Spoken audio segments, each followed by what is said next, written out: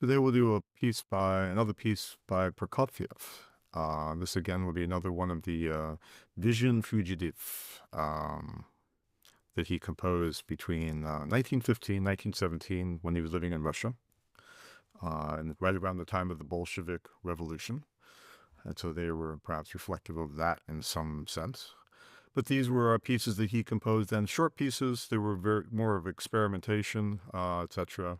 They were really like poetic snapshots, and that's sort of how he sort of conceived them himself when he wrote them or improvised them.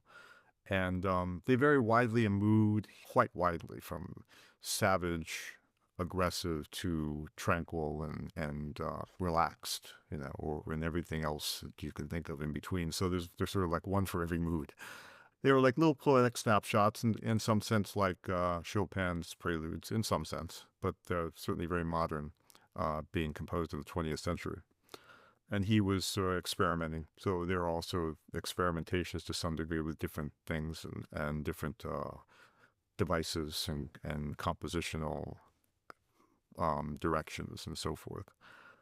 This particular one is going to be a number 8. And number 8 is in some ways the most accessible of all of the Vision Fugitive pieces. It's very it's comfortable, it's laid back, it's relaxed, tranquil, different kinds of ways of saying the same thing, I guess. And so it's not as ferocious as some of the other ones are. But it's also more playable. Good for me.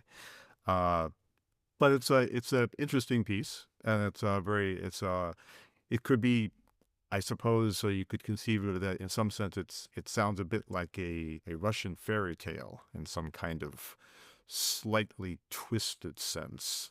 Um, that has a sort of a kind of a fairy tale feel to it, and like you're walking into another world in some sense in that way.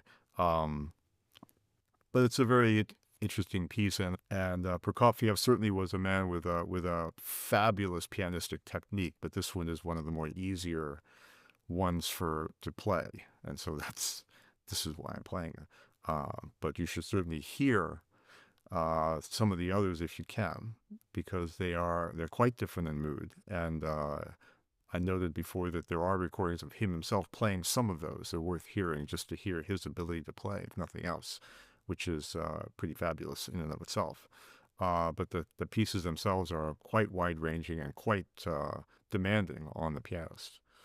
So in any event, this one of the easier ones, this will be Vision Fugitive number 8 by Sergei Prokofiev.